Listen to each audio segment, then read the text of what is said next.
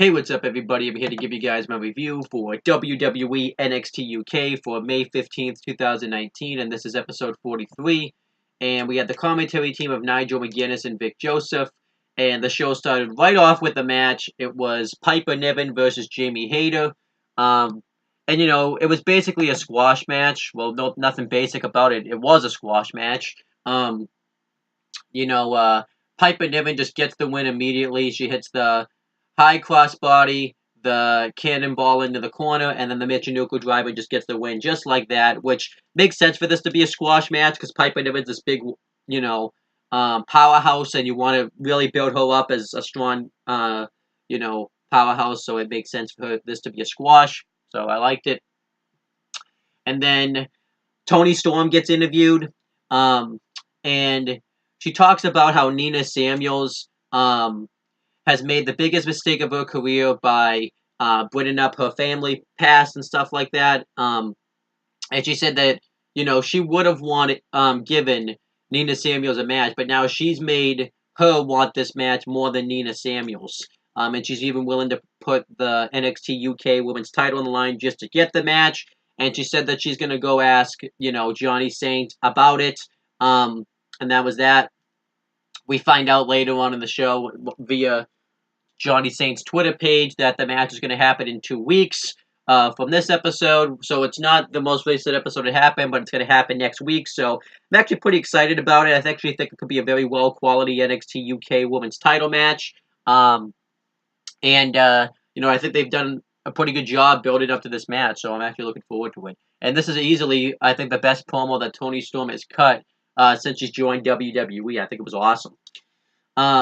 And then Sid Scala's backstage, and he's talking about, the rematch between Walter and Pete Dunne, but he's also talking about other things. But then Kassius Ohno comes up, and he wants to know, he talks about how he has these fatal four-way qualifying matches to find out who's going to challenge for the WWE United Kingdom Championship. And you've been promoting British wrestling, but I've been here to really show what true UK pure wrestling's about, but yet I'm not in the matches. So, Kassius Ohno wants Sid Scala to go to Johnny Saint and do something about it, and then that was it. I actually thought Kassius Ohno was awesome here. I really like his heel role. I mean, he doesn't look the best in the ring, but when it comes to this heel character, I actually think it's awesome. I really think it fits with the UK brand and stuff like that. And I like this version better than what he was doing in NXT. What he was doing in NXT just really wasn't working for me, but what he's doing in NXT UK, I'm all for. I like it, actually. So, there you go. It's probably going to be one of the rare times I actually talk something positive about Kassius Ohno, because typically when we talk about him, it's always like a roast on his weight and stuff like that. So, there you go. Then we had the next match. It was the first of two WWE United Kingdom Championship Fatal 4-Way number one contenders qualifying matches. Try saying that 5 times fast. Leggero versus Jordan Devlin. I actually thought this was a really good match. I think this was my favorite match of the whole show. I just thought they really went back and forth. I don't know what match I enjoyed more, this one or the first match that they had back, in the early stages of NXT UK. But this match was really damn good. They both start chain wrestling each other, and Leggero catches Jordan Devlin out of nowhere with a roll up. And I thought that was pretty cool. But Jordan Devlin kicks out. But I don't know if he really hurt himself on that one, because he was kind of all out of sorts after that. He went right for a headlock, if he was just selling. So there's that. And Leggero hits a really cool dive on the outside. And he tries to get the win again, but Jordan Devlin kicks out. Jordan Devlin trips Leggero in the ring, and he throws him on the outside, throws him back first into the barricade, and then into the ring apron. And he starts to target the back of Leggero. He hits a really cool inverted backbreaker where he just picks him up in a back suplex position and just drops him right across his shoulder. It was actually pretty damn cool. And Jordan Devlin, like I said, really targets the back of Leggero. I thought he hit some really cool maneuvers to do that. And then Leggero starts to mount a comeback. He goes for a some type of high spot move off the top turnbuckle, but he takes too long because of his injured ribs to capitalize. So Leggero ends up, so Jordan Devlin ends up seeing it coming, but Leggero hits like 2 roll-ups and doesn't get the win. He hits a super kick, and then he goes for some type of for a splash off the top turnbuckle, but like Jordan Devlin gets the knees up, rolls up Leggero kicks out, and Jordan Devlin ends up hitting a Uranagi into the moonsault, but doesn't get the win, and then he goes for the this time a moonsault off the top turnbuckle instead of a standing moonsault. But Leggero kicks him right in the face, and I actually kind of like the way Jordan Devlin sold this, like he just falls out of the ring because it hurt him so much. And then Leggero puts him back in the ring. He goes for a springboard splash, but again, because of his injured ribs, he takes too long to capitalize. So Jordan Devlin sees it coming. He hangs him up on the top rope, and then he goes for a suplex into the ring, but Leggero counters it into a power bomb, but Jordan Devlin kicks out, and then Leggero finally gets hung up on the ropes, and then he hits the Devlin slide, which is that throw back suplex that he likes to do. It sounds like a weird dance move, but whatever. And Jordan Devlin gets the win, which makes sense because Jordan Devlin's been like one of the top stars that's been promoted more in NXT UK. And I actually just kind of wanted Jordan Devlin to win. I would have actually minded if Leggero won. He actually nearly did with a springboard splash, but he didn't get the win. But yeah, I thought this was a really good quality, match. I think I thought it was really good. And then afterwards, Radzi interviews him, and Jordan Devlin says that this number 1 contenders match shouldn't have even happened, and neither should this 4-way match. He already is the number 1 contender, and it doesn't matter who's in the fatal 4-way match. You never bet against the ace. I thought it was a good promo by Jordan Devlin, and man, I talk about this. I haven't talked about this enough, and I probably talked about this before though, but his progression in the past couple of years is just really awesome. Like I remember when he first showed up in the, United Kingdom Championship tournament, he was very green, but now he's just really improved as a performer. So I'm all like they really should. If they had a mid card title, he should be the first mid card champion in NXT UK. I think it'd be awesome. And then we had a video package for Walter. This was kind of the same thing as the Pete Dunne one, except it was kind of Walter's side of the story, talking about the United Kingdom title match. I really liked Walter's though. He's actually more calm and collected than Pete Dunne is. You see, like, Pete Dunne in his video package was, really training because the loss really got to him. Where you see Walter, he talks about how he welcomes the challenge. He really likes that it was Pete Dunne that asked him for the challenge. And he talks about, winning the United Kingdom title, says that if he had won that title, everything that he would have done up to this point would have been disappointing. And he says that he's happy that Pete Dunne's training because he wants Pete Dunne at his best, but that also means he's gotten inside his head. And he says that he welcomes the rematch. So I'm actually really looking forward to this rematch. I really can't wait for it. It's going to happen on the next episode of NXT UK. And later on in the episode, like towards the end, they did like a nice video package showing everything building up to that match. So I actually can't wait for this rematch.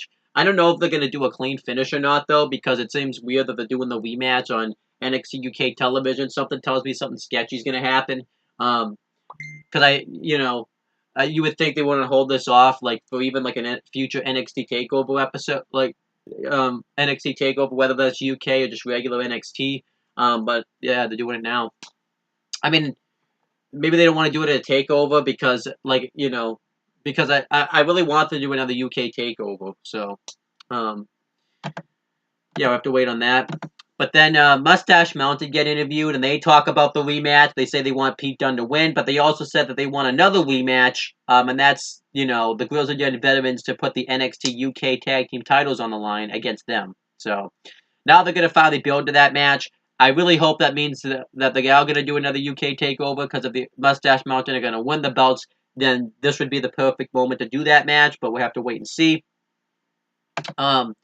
Then we finally had the anticipated debut of Eli, I don't know how to pronounce his name, but Dragunov versus Jaxtoes. And I actually was mildly impressed. I really like Ilya Dragunov. His entrance was awesome. If you go listen to his theme music, it really fits with his entrance. And this dude just looks jacked and like crazy at the same time. Like he actually relishes pain, but he also is like a big kind of powerhouse in a way. And he really showed that in this match because like when Jaxtoes would do punches or chops or uppercuts, Ilya Dragunov was really welcome in that. Um, and when he tried to do like his Gator submission move, Ilya Dragunov like powered out of it and he just loved it. And Ilya Dragunov really picked him apart in this match. He had a really cool senton, hit some really nice uppercuts and stuff, but he eventually finally gets the win with a shotgun uppercut, which is just an uppercut in the corner.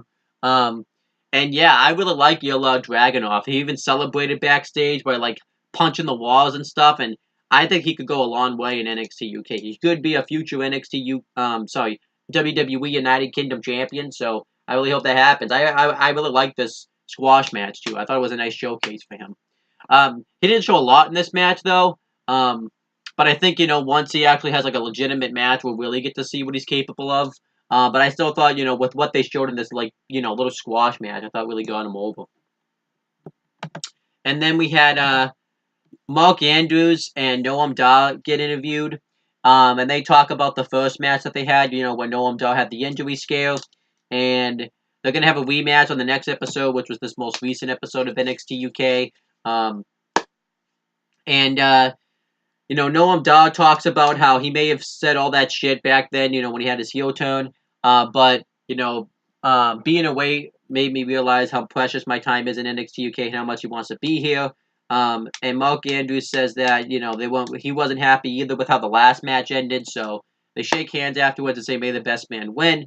I don't know if they actually are going to turn Noam Dar face or if this is just all a ruse and he's going to end up turning heel and winning the match. But it's really tough to say because I would imagine Noam Dar was originally supposed to be a heel already, and he was probably supposed to win the match back when they had the first one, but then the injury scare happened, so then they had to change plans. And I don't know if Noam Dar was going to originally, challenge for the UK title against Walter or Pete Dunne, whoever wins. But it's really tough to say. But I like this interview segment here. I thought, it was just a nice way, simple way to build up to that match. And then we had the next match on the show. It was Killer Kelly versus Xia Brookside. I really like Xia Brookside. She's just that nerdy wrestling fan, and I think a lot of us can relate to that. And it's just so awesome. And they're having like a typical scrap, but the match really doesn't get going. And then all of a sudden, Ginny comes out, and kind of like, okay, what's Ginny doing out there? Like I thought one of them would get the win, and this is gonna set up a feud. But who does she bring out? None other than Jazzy Gabbert, who was in the first Mae Young Classics. I think she was. I don't think she was in the second one though, but she was in the first one. And she finally made a long way to debut. We saw her sitting in the crowd at NXT UK Takeover Blackpool, and she goes right after Killer Kelly and Xia Brookside, but Killer Kelly thinks better of it and just leaves, which you really can't blame her because this woman probably would have beat the shit out of both of them. So then eventually, Jazzy Gabbert just hits a awesome powerbomb and just lays out Xia Brookside, and that was it. I'm actually all down for Ginny having a bodyguard like Jazzy Gabbert. I think it's cool, and I like it. And like I said, if they ever want to, NXT UK is going to establish some tag teams because if they ever want to win the women's tag team titles down there, which they probably won't, but you got to build up some tag teams for them for whoever the women's tag team champions are when they go down there to face. Ginny and Jazzy Gabbert is definitely one you can do. And I like this, it keeps Ginny, it gives something for Ginny to do and stuff, so I like it. And I like Jazzy Gabbert a lot, too. She was really over in the Mae Young Classic, so it's just pretty over here, too. Then we had the main event. It was the second and the final WWE United Kingdom Championship Fatal 4-Way Number 1 Contenders qualifying match. Dave Mastiff versus Wolfgang. And, Yeah, this actually was a pretty good main event here. It wasn't long, but it didn't really need to be long. These were just two big dudes going at it and just it was fun. They chain wrestle, and this whole story of this match was Wolfgang was the kind of the baby face in this matchup because it was in Scotland and he's from Scotland, so the fans really wanted him to win. But he still worked here in the match. Wolfgang dominated much of the matchup, but then eventually Wolfgang would Dave Mastiff would suck him out to come back, but then Wolfgang hit a drop kick, an axe handle smash off the top turnbuckle, and he went for his Swanton bomb, which is called the Howlin'. But Dave Mastiff rolled out of the way, and he ended up hitting a high crossbody and then a German suplex into the turnbuckles, and then he hit the Void for the win. Made sense for Dave Mastiff to win, no reason for him to lose his first match here. So that's the four-way match. Right now it consists of Dave Mastiff, Joe Coffey, and Jordan Devlin. I don't know who's going to be like the fourth guy to get in. I imagine just based off this episode, it's probably going to end up being Kassius Ohno. Just because of the fact that that's like the only other person that really wanted to be in. So with the fourth qualifying match, I'd like to see them do a battle royal. With just everyone that's not in the match yet, even except for the guys like Wolfgang and like Flash Morgan Webster, since they have already and Leggero, since they've already blown their spots, so they should give everybody else a battle royal and have Kassius Ohno just win it. I would like to see that, but we'll have to wait and see on that one. But afterwards, though, Gallus assaults Dave Mastiff and they beat him up. They hit an uppercut. Mel Coffey hits an uppercut. Joe Coffey hits the Awa vest for the bells. And then Wolfgang hits the Howlin'. And that was that. So I don't know if they're setting up,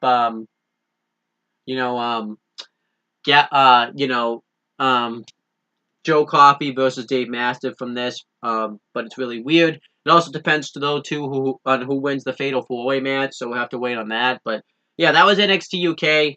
I actually thought it was a great show. I really enjoyed it. A lot of build-up to Pete Dunne versus Walter for the, WWE United Kingdom title. There was a lot of that. But I liked, the build-up to Mark Andrews and Noam Dar. I can't wait to see that match on the next episode. I really liked, the two qualifying matches. I like Dave Mastiff versus Wolfgang. I like Leggero versus Jordan Devlin. I like that they've actually brought in some new women in NXT UK because I didn't talk about that. Like, Jazzy Gabba coming in now makes sense because NXT UK really needs some new woman in the roster, and Jazzy Gabba wins that.